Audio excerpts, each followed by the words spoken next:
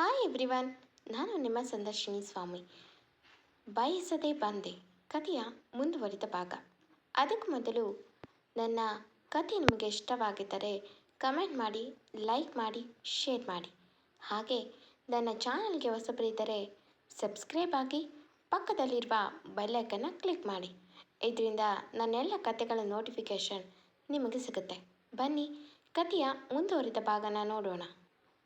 Episode 17 ಇಂದಿನ ಸಂಚಿಕೆಯಲ್ಲಿ Vikas ರಾಹುಲ್ಗೆ phone ಮಾಡಿದ್ದಕ್ಕೆ ರಾಹುಲ್ ಇವಾಗ ಕಾಲ್ ಮಾಡೋದು ಎಮರ್ಜೆನ್ಸಿ ಅಂತ ಕಾಲ್ ಮಾಡಿದ್ರೆ ಅಷ್ಟೇ ಕತೆ ಅಂತಾನೆ.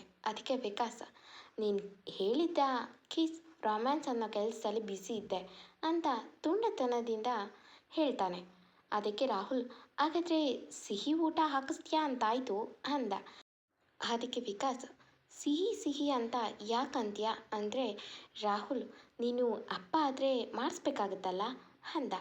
ಅದಕ್ಕೆ ವಿಕಾಸ್ ನೀನಾ ಆಗಲ್ಲ ಕೇಳೋದು, ನನ್ನ ಮಾವನ ಪೋಸ್ಟ್ಗೆ ಪ್ರಮೋಟ್ ಮಾಡು ಅಂತ ಕೇಳೋದು ಅಂತ ಇಬ್ಬರು ನಗ್ತಾರೆ. ಮುಂದೆ ರಾಹುಲ್ ನಗುತ್ತಾ ತುಂಬ ದಿನದ ಮೇಲೆ ನಿನ್ನ ತುಂಟ ಮಾತು ಕೇಳ್ತಿದ್ದೀನಿ ಕಣೋ, ಯಾವಾಗಲೂ ಹೀಗೆ ಖುಷಿಯಾಗಿರಿ ಮಗ ಅಂತ ಹೇಳಿ ಕಾಲ್ ಕಟ್ ಮಾಡ್ತಾನೆ.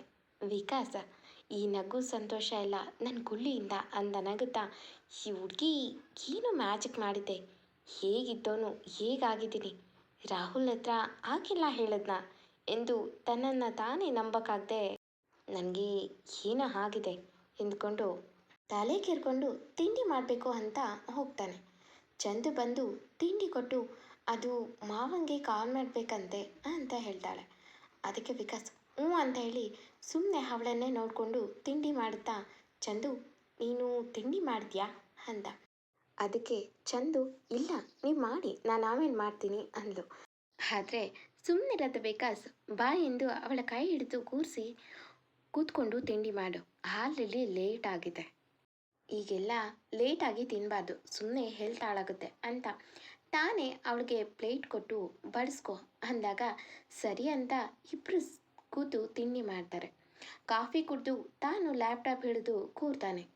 ಚಂದನ ಏನಿವತ್ತು ಆಫೀಸ್ಗೆ ಹೋಗಲ್ವಾ ಅಂದ್ಕೊಂಡು ತನ್ನ ಕೆಲಸನ ತನ್ನ ಪಾಡಿಗೆ ತಾನು ಮಾಡ್ತಿರ್ತಾಳೆ. ಅವಳಿಗೆ ಕಾಲ್ ಮೇಲೆ ಕಾಲ್ ಬರ್ತಿರುತ್ತೆ, ಆದರೆ ಅವಳು ಕಾಲ್ ರಿಸೀವ್ ಮಾಡಲ್ಲ. ಹಾಗೆ ಅವಳು ಸ್ವಲ್ಪ ಟೆನ್ಷನ್ ಆಗಿರೋದನ್ನು ದೂರದಿಂದನೇ ನೋಡ್ತಾನೆ ವಿಕಾಸ್.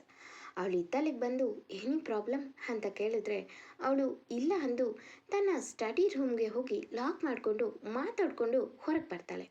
ರೂಮಿಂದ ಹೊರಗೆ ಬಂದವಳೆ ರೆಡಿಯಾಗಿ ನಾನು ಹೊರಗಡೆ ಹೋಗಬೇಕು, ಅಮ್ಮನ ಹತ್ರ ಪರ್ಮಿಷನ್ ತಗೊಂಡಿದ್ದೀನಿ ಎಂದವಳು ಅವನ ಉತ್ತರಕ್ಕೂ ಕಾಯದೆ ಮನೆಯ ಮುಂದೆ ಒಂದು ಹುಡುಗಿ ವೇಟ್ ಮಾಡ್ತಿರ್ತಾಳೆ.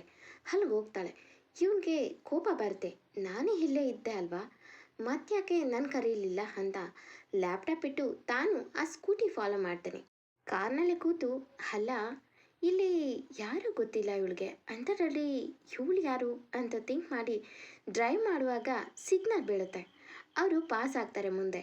ಅವಳಿಗೆ ಕಾಲ್ ಮಾಡಿದರೂ ಕೂಡ ಪಿಕ್ ಮಾಡಲ್ಲ ಹುಡುಗಿ.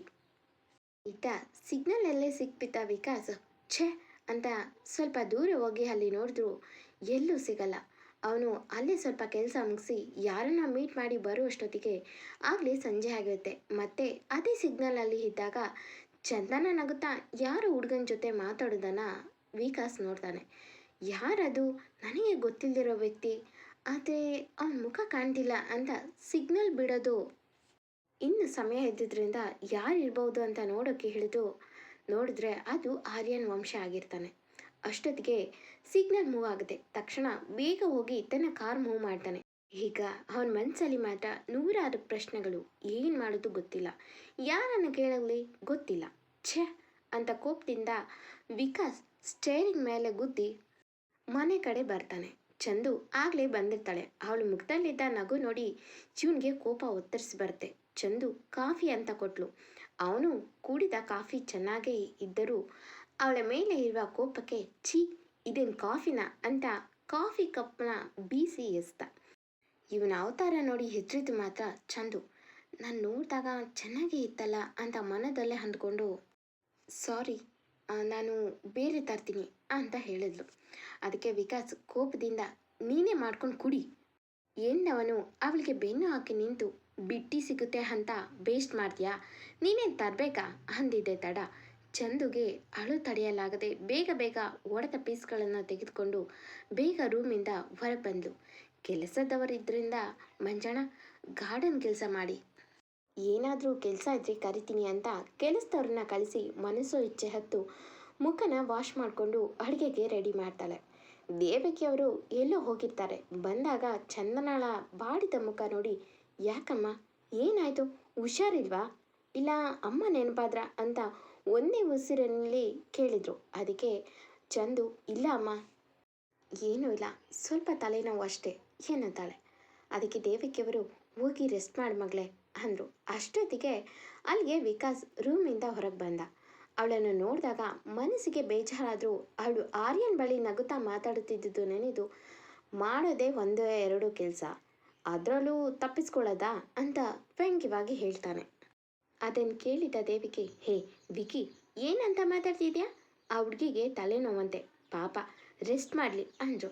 ಅದಕ್ಕೆ ವಿಕಾಸ್, ನನಗೆ ಚಪಾತಿ ಬೇಕು, ಅದು ಚಂದುನೇ ಮಾಡಬೇಕು ಎಂದು ನಗುವ ನಾಟಕವಾಡುತ್ತಾ, ಏನು ಮಾಮ್, ನನ್ನ ಹೆಂಡತಿ ಹತ್ರ ನನಗೆ ಇಷ್ಟ ಆಗೋದು ಮಾಡಿಸ್ಕೊಂಡು ತಿನ್ನೋದು ಬೇಡವಾ ಅಂತ ನಗುತ್ತಾ ದೇವಕಿಯವರ ಭುಜ ಬಳಸಿ ಕಣ್ಣೊಡಿತಾನೆ. ಪಾಪ ದೇವಕಿಯವರು ಮಗ ಸೊಸೆ ಮುನ್ಸಿಕೊಂಡಿದ್ದಾರೆ. ತನ್ನ ಮಗ ಸೊಸೆ ಬಳಿ ಪೂಸಿ ಹೊಡಿತಿದ್ದಾನೆ ಅಂತ ತಿಳಿದು, ಏನೋ ಮಾಡ್ಕೊಳ್ಳಪ್ಪ ಅಂತ ಚಂದು ಕಡೆ ನೋಡಿ ಕಿವಿಯಲ್ಲಿ, ತುಂಬ ಆಟ ಆಡಿಸ್ಬೇಡ ಮಗಳೇ ಅಂತ ನಗುತ್ತಾ, ಏನು ಹುಡುಗರೋ ಅಂತ ತಮ್ಮ ರೂಮ್ಗೆ ಹೋಗ್ತಾರೆ. ಚಂದುಗೆ ಏನು ಹೇಳಿದ್ರು ಅತ್ತೆ ಅಂತ ಗೊತ್ತೇ ಆಗಲ್ಲ.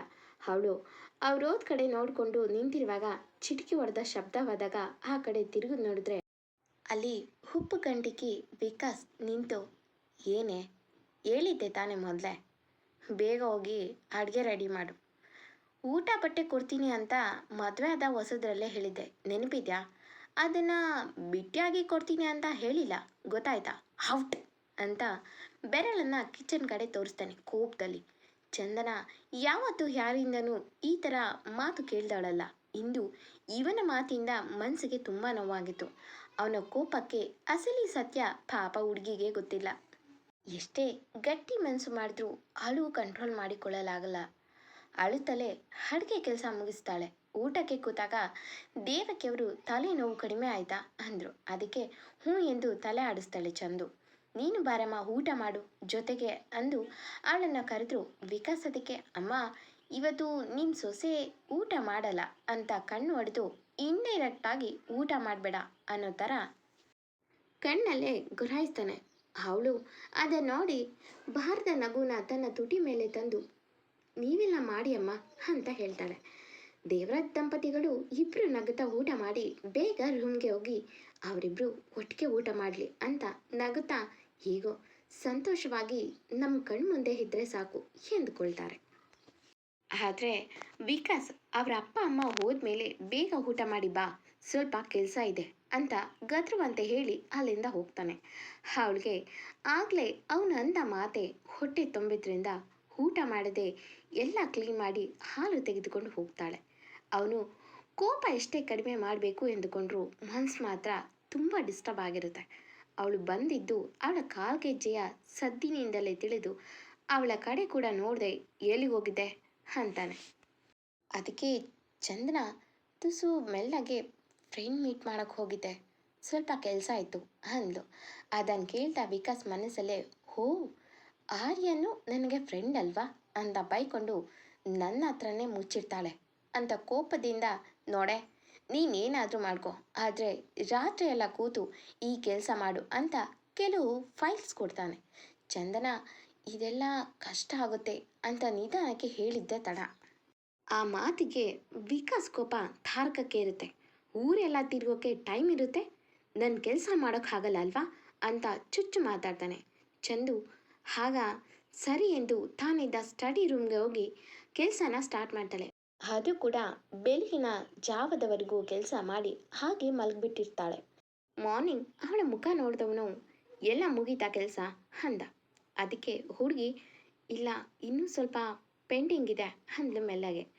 ಅದನ್ನು ಕೇಳಿದ ವಿಕಾಸ್, ಸ್ವಲ್ಪ ಸದ್ರ ಕೊಟ್ಟರೆ ತಲೆ ಮೇಲೆ ಕೂರ್ತೀಯಾ ಅಂತ ನಾನು ಹೇಳಿದ್ದು ಕೆಲಸ ಬೇಗ ಆಗಬೇಕು ಅಂತ ಹೇಳಿ ಮನದಲ್ಲೇ ಹೊರಗೋಗ್ತೀಯಾ, ಅವನ ಜೊತೆ ನಗ್ತಾ ಮಾತಾಡ್ತೀಯಾ ಇವಾಗ ನೋಡು ಅದೇಗೆ ಹೊರಗೋಗ್ತೀಯಾ, ನಾನು ನೋಡ್ತೀನಿ ಕಣೆ ಅಂತ ಮನದಲ್ಲೇ ಅಂದ್ಕೊಂಡು ಅಲ್ಲಿಂದ ಹೋಗ್ತಾನೆ. ದೇವರಾಜ್ ದೇವಕಿ ಅವರು ಇಬ್ಬರು ಸ್ವಲ್ಪ ಗಮನಿಸಿ ಏನಾಗಿದೆ ಎಂದು ಕೇಳಿದಾಗ ಅದಕ್ಕೆ ವಿಕಾಸ್, ಮಾಮ್, ನಿಮ್ಮ ಸೊಸೆಗೆ ನಿಮ್ಮ ಮುದ್ದು ಜಾಸ್ತಿ ಆಯಿತು, ಚಿಕ್ಕ ಚಿಕ್ಕ ವಿಷಯಕ್ಕೆ ಮುಖ ಗಂಟಾಕೊಳ್ತಾಳೆ ಅಂತ ತಾನೇ ಸುಳ್ಳು ಹೇಳ್ತಾನೆ. ಇಬ್ಬರು ಇದನ್ನು ಕೇಳಿ ಗಂಡ ಹೆಂಡತಿ ಜಗಳದ ಮಧ್ಯೆ ಹೋಗಬಾರ್ದು ಅಂತ ನಗುತ್ತಾ ಸುಮ್ಮನಾಗ್ತಾರೆ. ಹೀಗೆ ಅವನ ಅವಮಾನದ ಮಾತು, ಅವನ ನಿಂದನೆ ಎಲ್ಲ ದಿನೇ ದಿನೇ ಮುಂದುವರೆದಿತ್ತು. ಆದರೆ ವಿಕಾಸ್ ಮಾತ್ರ ಮನೆಯವ್ರ ಮುಂದೆ ಚೆನ್ನಾಗೇ ನಗ್ತಾನೆ, ಅವಳಿಗೆ ಕಿಂಡಲ್ ಮಾಡ್ತಿದ್ದ. ಆದರೆ ದೇವರಾಜ್ ದಂಪತಿಗಳು ರೇಗಿಸ್ತಿದ್ದಾನೆ ಅಂತ ಸುಮ್ಮನಾಗ್ತಾರೆ. ಹೀಗೆ 2 ವಾರ ಕಳೆದಿತ್ತು. ಹುಡುಗಿ ಈಗ ಸ್ವಲ್ಪ ಅಳುವುದನ್ನು ಬಿಟ್ಟಿದ್ಲು. ಒಲ್ಲದ ಗಂಡನಿಗೆ ಮೊಸರಲ್ಲೂ ಕಲ್ಲು ಸಿಗುತ್ತೆ ಅಂತ ಅವಳು ಮಾತ್ರ ಯಾರಲ್ಲೂ ಹೇಳದೆ ನೋವು ತಿಂತಿದ್ಲು ಮನದಲ್ಲೇ. ದಿನ ಕಳೆದಂತೆ ಮತ್ತೆ ವಿಕಾಸ್ ಕೋಪಕ್ಕೆ ತುತ್ತಾಗ್ತಾಳೆ ಚಂದನ. ಶಾಪಿಂಗ್ ಮಾಲ್ನಲ್ಲಿ ಬೈ ಆಕ್ಸಿಡೆಂಟ್ ಅನ್ನೋ ಹಾಗೆ ಮತ್ತೆ ಆರ್ಯನ್ ವಂಶಿ ಜೊತೆ ಕಾಣಿಸ್ಕೊಳ್ತಾಳೆ. ಆದರೆ ಅಲ್ಲಿ ದೇವಕಿ ಅವರು ಇದ್ದಿದ್ದು ಮಾತ್ರ ವಿಕಾಸ್ಗೆ ಕಾಣಿಸಲ್ಲ.